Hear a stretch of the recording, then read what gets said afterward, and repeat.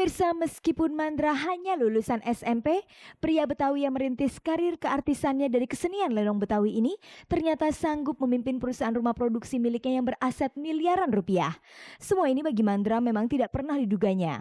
Padahal ketika ia baru merintis karir dari nol, banyak orang menyaksikan kemampuannya memimpin sebuah perusahaan production house yang notabene saat-saat sekarang ini sangat kompetitif.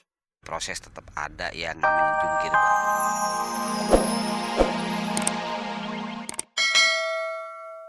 Selamat sore pemirsa, jumpa lagi dalam tayangan paling bergengsi, Cek dan Dicek bersama saya Fani Rahmasari. Inilah tayangan infotainment yang akan membuka cakrawala Anda tentang dunia selebriti Indonesia. Seperti biasa selama 30 menit ke depan, sejumlah informasi menarik dan terhangat para selebriti telah disiapkan oleh tim Cek dan Dicek untuk kita simak bersama sore ini. Berikut kilasan tayangannya. Berita keluarnya Tesi dari ketoprak humor kian santer saja. Ternyata sudah 4 kali Tesi tidak hadir saat syuting ketoprak humor tanpa alasan. Apakah itu berarti Tesi benar-benar keluar dari ketoprak humor? Selain sukses sebagai artis, Mandra juga sukses sebagai seorang pengusaha dengan memimpin sebuah rumah produksi. Padahal Mandra hanyalah sekolah sampai tingkat SMP. Bagaimanakah ia mengelola bisnisnya dengan pendidikan yang minim itu? Simak kisah Mandra. Setelah diberitakan pacaran lalu tinggal serumah, kini Lola Amaria diberitakan menikah diam-diam dengan sutradara Arya Kusumadewa. Kabarnya beberapa waktu lalu Lola dan Arya pergi ke daerah Pelabuhan Ratu dan di sanalah mereka diberitakan menikah. Tentang kebenaran berita itu, Lola memberikan kesaksiannya. Datuk Hakim dan istri menggelar acara ulang tahun ke-56 dengan cara cukup unik, Pesta Koboi. Simak berita ini bersama berita hangat dan menarik lainnya yang berhasil dihimpun oleh tim Cek dan Dicek.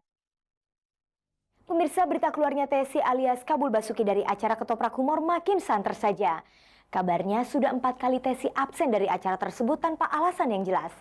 Ini sempat membuat Timbul sebagai pimpinan produksi dan Tarzan sebagai pendiri Yayasan Samyaji merasa kecewa.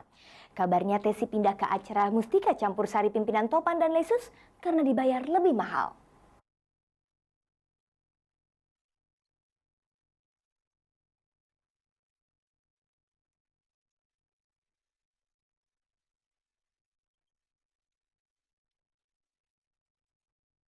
Pemirsa, berita keluarnya Tesi dari ketoprak humor belakangan kian santer saja terdengar. Rabu pekan lalu, tepatnya tanggal 15 Januari, sudah keempat kalinya Tesi absen hadir mengisi acara ketoprak humor tanpa kabar berita. Padahal seharusnya Tesi punya kewajiban mengisi acara. Tapi sejauh ini baik Timbul selaku pimpinan ketoprak humor maupun Tarzan sebagai salah seorang pendiri belum menerima penjelasan dari Tesi mengenai ketidakhadirannya di ketoprak humor. Jadi waktu syuting tanggal 24, 28, dan 23 itu memang kebetulan ada syuting Sri Mulat. Terus kalau yang tadi malam tanggal 15 itu Tesi itu di casting. Jadi di situ ada pakaian namanya Tesi. Nah, tapi Tesi kok nggak datang kan gitu. Ya sekarang memang Tesi lagi laris-larisnya sih daripada saya ya. Tapi saya mungkin kalau Tesi bisa kembali ya saya lebih senang. Mungkin nanti kalau sudah kelewatan akan dipanggil apa sih maunya. Dan katanya kemarin sudah ditelepon sama RCTI, katanya belum mau ketemu saya. Ya sudah silakan. Sebagai pimpinan di ketoprak humor, apakah Timbul dan Tarzan tidak memberi sanksi terhadap sikap Tesi tersebut? Wewenang di ketoprak humor itu adalah Timbul karena pimpinan produksi dan dia termasuk apa ya? Ya segalanya yang menentukan Pak Timbul lah. Memang Pak Timbul itu ahlinya ketoprak sih. Kalau sanksi tidak mungkin ya. Sanksi apa? Karena dia itu tidak kontrak sama saya. Cuma nanti kita harus berunding dengan istilahnya itu pendiri. Itu. Bagaimana ini? Kalau memang setuju dikeluarkan ya dikeluarkan. Kalau tidak ya tidak. Artinya dipakai ya dikeluarkan itu kan kalau dia anggota. Dia bukan anggota. Freelance. Tesi itu sebetulnya di situ tambahan, Mbak. Jadi tidak pernah dikasih peran. Karena saya yakin dia tidak bisa. Tidak bisa. Jadi kalau dikasih peran memikirkan benang merah, itu dia tidak mampu. Jadi dia ya bisanya begitu. Mau keluar berapa kali ya begitu. Mbak mungkin tahu kan. Nah, tapi untuk saya tidak masalah. 1 teman, 2 income, 3 paguyuban itu tadi. Jadi tidak semua yang baik-baik saja yang kita ambil, tapi yang jelek pun juga kita ambil. Karena di situ tuh bisanya kelihatan baik karena ada yang jelek kan begitu. Bisanya kelihatan lucu karena tidak ada yang tidak lucu kan cuma begitu. Namanya manusia. Nah, rezeki itu tergantung Tuhan yang menentukan. Ada tesi, tidak ada tesi, kalau memang Tuhan masih menghendaki ya tetap jalan. Contohnya kembali kepada Lesus Topan. Lesus Topan itu bintang. Tapi nggak ada Lesus Topan, nyatanya malah dapat Panasonic Award 3 kali. Lalu bagaimana Timbul dan Tarzan menanggapi berita bahwa ketidakhadiran Tesi di Ketoprak Humor karena ia pindah ke Campur Sari pimpinan Topan? Dan kabarnya lagi, Tesi dibayar lebih tinggi di tempat itu. Itu urusannya Tesi. Jadi kalau urusan itu nggak harus komunikasi dengan saya. Itu hak dia. Mungkin di sini kurang besar, cari yang besar, ya itu sudah wajar kan? Itu manusiawi, Mbak. Itu. Bagaimana tanggapan Tesi terhadap berita ini? Hingga berita ini diturunkan, Cek dan Dicek belum berhasil mendapatkan konfirmasi dari Tesi. Tapi dalam pernyataan Tesi minggu lalu, saat Cek dan Dicek menyinggung masalah ini, Tesi menyatakan tidak keluar dari Ketoprak Humor. Saya nggak keluar dari Ketoprak Humor dan saya nggak dikeluarkan dari Ketoprak Humor. Ketoprak Humor adalah sebagian yang membawa nama saya.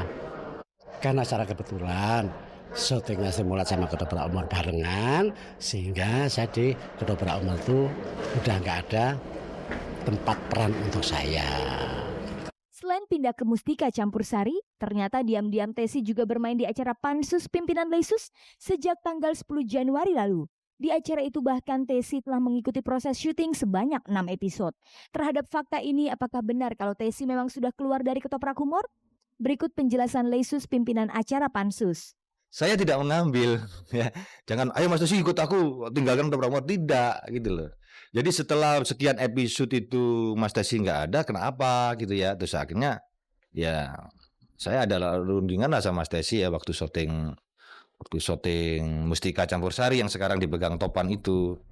Nah, terus kalau Mas Tesi mau membantu saya, ya asal dengan Ketoprak Humor nggak ada masalah.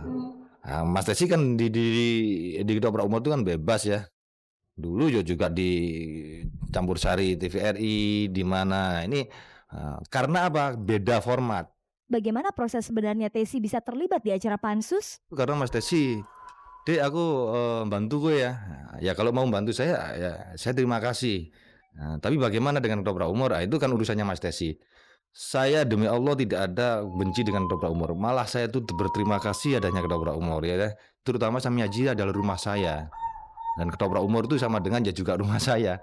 Orang istri saya aja di Ketoprak Humor. Ya, saya bikin ini tetap minta doa restu sama Pak Timbul karena secara pribadi Pak Timbul adalah bapak saya yang mengajak saya bisa menjadi begini gitu loh.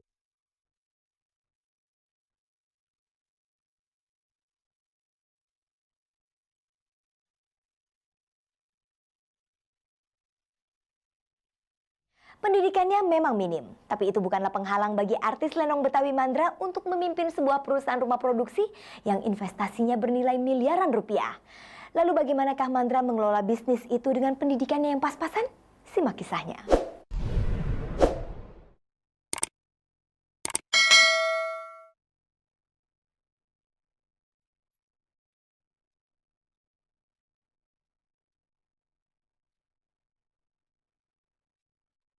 Pemirsa, meskipun Mandra hanya lulusan SMP, pria Betawi yang merintis karir keartisannya dari kesenian Lenong Betawi ini ternyata sanggup memimpin perusahaan rumah produksi miliknya yang beraset miliaran rupiah.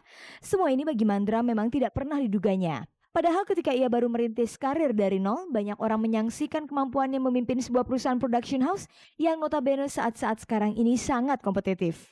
Proses tetap ada, yang namanya jungkir balik juga ada. Apalagi dalam hal seperti saya ini, yang paling agak dianggap sama orang, ya tahu apa sih lu, nggak bakal mampu deh lu. Jangan pun orang yang agak yang jauh, yang deket juga begitu, meyakinkan bahwa lu nggak bakal ada apa-apanya dan nggak bakal berhasil. Dan itu saya udah diponis langsung. Ada beberapa teman-teman dekat saya yang dekat itu, nggak bakalan, percuma lu bikin, percuma lu jalan. Jadi nggak usah dah, lu udah diem aja dah, main aja dah, jangan neko-neko gitu kira-kira. Ya tapi apapun alasannya, saya pikir jangan pun bicara masalah dunia, jangan pun bicara masalah usaha. Nyawa saya aja kalau besok atau lusa mau dicabut saya nggak tahu, apalagi yang namanya hubungannya ini kaitannya usaha. Intinya manusia, saya cuma berusaha, segala sesuatunya kita kembalikan lagi, dia yang menentukan. Saat ini Mandra menjadi orang nomor 1 di Viandra Production. Rumah rumah produksi miliknya yang dibuat setelah ia cukup yakin terjun di industri sinetron tanah air. Kita akui bersama, dari sejumlah produksi sinetron keluaran rumah produksi Mandra itu, beberapa di antaranya cukup sukses di pasaran. Hal ini semua tentu tidak terlepas dari cara Mandra memimpin perusahaan miliknya itu.